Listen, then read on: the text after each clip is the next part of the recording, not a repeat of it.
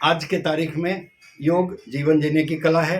योग आज की उपयोगिता और कल की संस्कृति है। बिहार लाइव 7 खबर की तह तक। नमस्कार, मेरा नाम विक्रमादित्य है और आप देख रहे हैं बिहार लाइव 7। कोरोना के बाद लोगों की जीने की तरीका बदल गया है और जीवन शैली में जिन लोगों ने बदलाव नहीं किया है उन्हें परेशानी भी हो रही है और आने वाले दिनों में परेशानी और बढ़ने वाली है।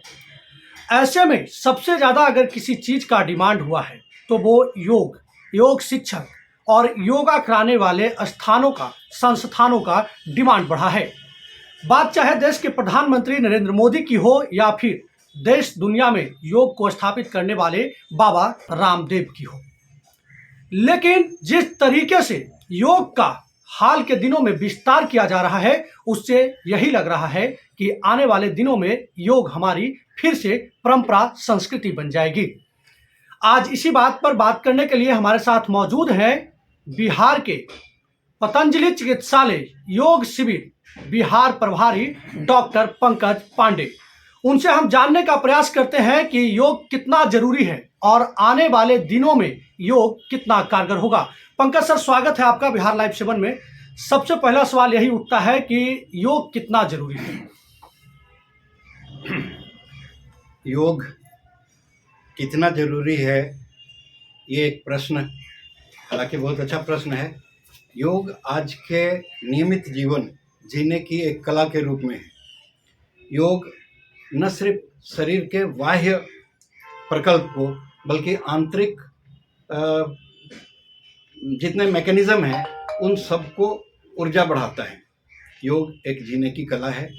योग अपने संस्कार, अपनी संस्कृति की वृद्धि करता है और नियमित योग करने वाले कभी किसी बीमारी के शिकार नहीं हो सकते। बहुत परिस्थितियां ऐसी आती हैं, आप जैसे पत्रकार बंधु पूछते हैं कि ये लगातार योग करते रहे, उसके बाद में भी इनको परेशानी होनी पड़ी। तो देखिए, प्रकृति के अनुरूप चलते हुए, प्रकृति को के सिस्टम को फॉलो करते हुए अगर योग कर रहे हैं तो निसंदेह आदमी स्वस्थ रहेगा, शतायु रहेगा, इसमें कहीं कोई संदेह नहीं है। योग प्राणायाम के रूप में, योग फिजिकल के रूप में और अध्यात्म में आपका मेडिटेशन के रूप में बहुत मायने रखता है।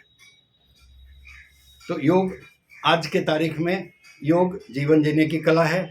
योग आज की उपयोगिता और कल की संस्कृति है। सर, आपको क्या लगता है कि आने वाले जो भविष्य हैं, जो हम लोगों की जनरेशन है, वो योग पर विश्वास कर रहे हैं? योग करने के लिए बाहर तो नहीं निकल रहे हैं युवा पीढ़ी?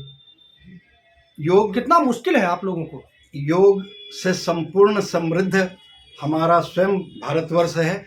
योग के लिए किसी को बाहर जाने की आवश्यकता नहीं। बाहर वाले यहाँ आकर के योग के प्रति प्रेरित हो रहे हैं। योग सनातनी है। योग किसी संस्था के तरफ से शुरुआत नहीं किया गया है। महर्षि पतंजलि से लेकर के ऊपर में जितने भी योग के एक से एक मनीषी रहे हैं और योग पर विदेशों में अनुसंधान चल रहे हैं।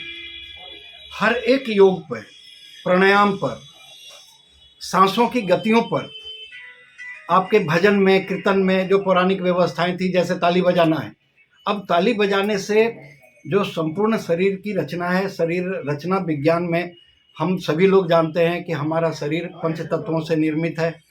ये पंच तत्व जो है हमारे शरीर के अंदर में समाहित है, क्योंकि इसी से ये बना हुआ है। इसका सिंबल हाथ की उंगलियों में भी है, जैसे जल तत्व, पृथ्वी तत्व, आकाश तत्व, वायु तत्व और अग्नि तत्व। अब इन पांचों तत्वों का नियंत्रण, 3 दोष से हम लोग पीड़ित होते हैं, वात, पित्त और कफ। तो पंच धातु, पंच तत्वों के सम्मिश्रण को और इसको जागृत करके हम 3 दोषों को मिटा सकते हैं। भगवान श्री कृष्ण ने भी कहा है कि समदोषा समग्निश्च समधातु मल क्रिया।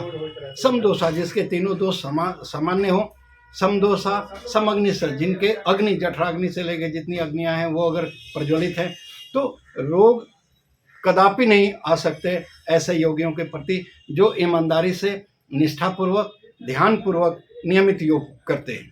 सर, कोरोना के पहले और कोरोना के बाद या फिर कहें कि तीसरी लहर के बाद आप लोग क्या एहसास कर रहे हैं? लोगों के सोचने में कितना बदलाव आया है? योग को लेकर मानसिकता कितना बदला है? देखिए, ये बहुत अच्छा प्रश्न आपने किया है। कोरोना से पहले लोग तब भी योग के प्रति उनका झुकाव था, और कोरोना के काल में जब लोगों को पता चला कि कोरोना जो है, जिसमें लोगों का सांस फूलता था, दम फूलता था, और शरीर में ऊर्जा, इम्यून सिस्टम जो है प्राणायाम के ही माध्यम से, भस्त्रिका के माध्यम से, कपालभाति के माध्यम से, अनुलोम विलोम के माध्यम से शरीर के अंदर में जितने डेड सेल्स हैं, जितने टिश्यूज हैं जो डीएक्टिवेट हो गए हैं, ये आपके प्राणायाम करने से, प्राणवायु के निरंतरता से, गति से ये ऊर्जान्वित हो जाते हैं, एक्टिवेट हो जाता है। और अगर शरीर की ऊर्जा शक्ति बढ़ जाती है तो शरीर के अंदर में कोई व्याधि नहीं रहती है। एक से एक साइंटिस्टों के स्टेटमेंट्स आए, आपके बड़े बड़े वैज्ञानिकों के तो आए ही आए, बड़े बड़े डॉक्टरों ने, यहाँ तक हार्ट स्पेशलिस्ट, आपके न्यूरो के स्पेशलिस्ट, ये एम्स से लेकर करके आपने प्राइवेट नर्सिंग होम में लोगों को मोटिवेट करना शुरू किया कि आप ज़्यादा से ज़्यादा ऑक्सीजन लें, ज़्यादा से ज़्यादा प्राणायाम करें, और फिजिकल फिटनेस के लिए आप योगा करें। Sugar, high cholesterol, UTI infection, piles, asthmatic, इन सारे बीमारियों का निदान जो है 100% है।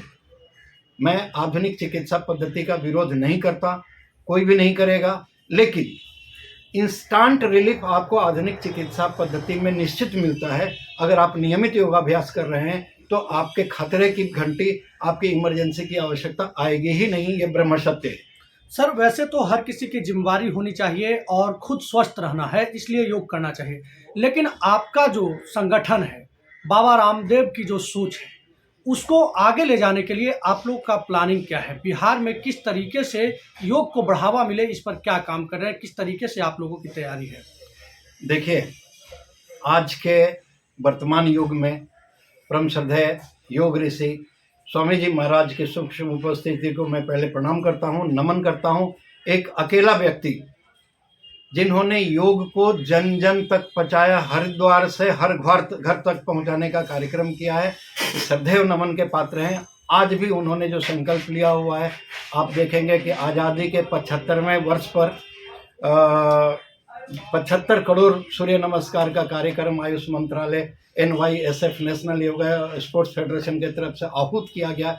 परम श्रद्धेय स्वामी जी महाराज की भूमिका और उनका जज्बा, उनकी ऊर्जा और उनका संगठन, इस बात से संकल्प लेकर करके इस कार्यक्रम को शुरू किया कि निर्धारित अवधि के अंदर 75 करोड़ तो कब के पूरे हो गए। महर्षि स्वामी दयानंद सरस्वती के जन्म दिवस के शुभ अवसर पर 100 करोड़ की संख्या गई, और अब तो 125 करोड़ तक सूर्य नमस्कार के कार्यक्रम का आयोजन हो रहा है। जहाँ तक स्वामी जी और संगठन की बात है, तो संपूर्ण हिंदुस्तान तो क्या, विदेशों में भी पतंजलि की शाखाएं हैं। पतंजलि में हृदय से समर्पित लोग जुड़े हुए हैं और पतंजलि और स्वामी जी महाराज को फॉलो करते हैं।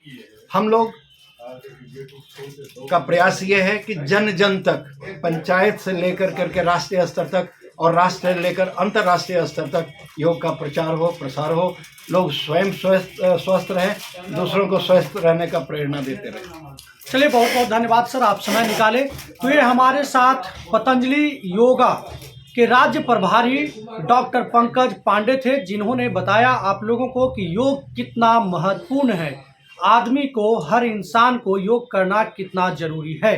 बहरहाल देखना होगा कि जिस तरीके से कोरोना के बाद योग पर लोगों की फोकस बढ़ी है, वो कितने वर्षों तक रहती है। हालांकि हमारा इतिहास भी इन्हीं पन्नों में दर्ज है। हम लोगों के पूर्वज भी योग और ऋषि मुनि पर बहुत भरोसा और विश्वास करते थे। वैसे भी कोरोनिल जैसी टैबलेट और अन्य जो धातु या फिर जो वनस्पति से जुड़े हुए चीज थे, वो कोरोना के बाद सामने आए हैं। बाबा रामदेव ने इसकी पहल की शुरुआत की थी और आज वो सफल भी हो रहे हैं। देश के सबसे बड़े बिजनेसमैन के भी रूप में देखे जाते हैं और दुनिया भर में उन्हें चाहने वाले लोग हैं।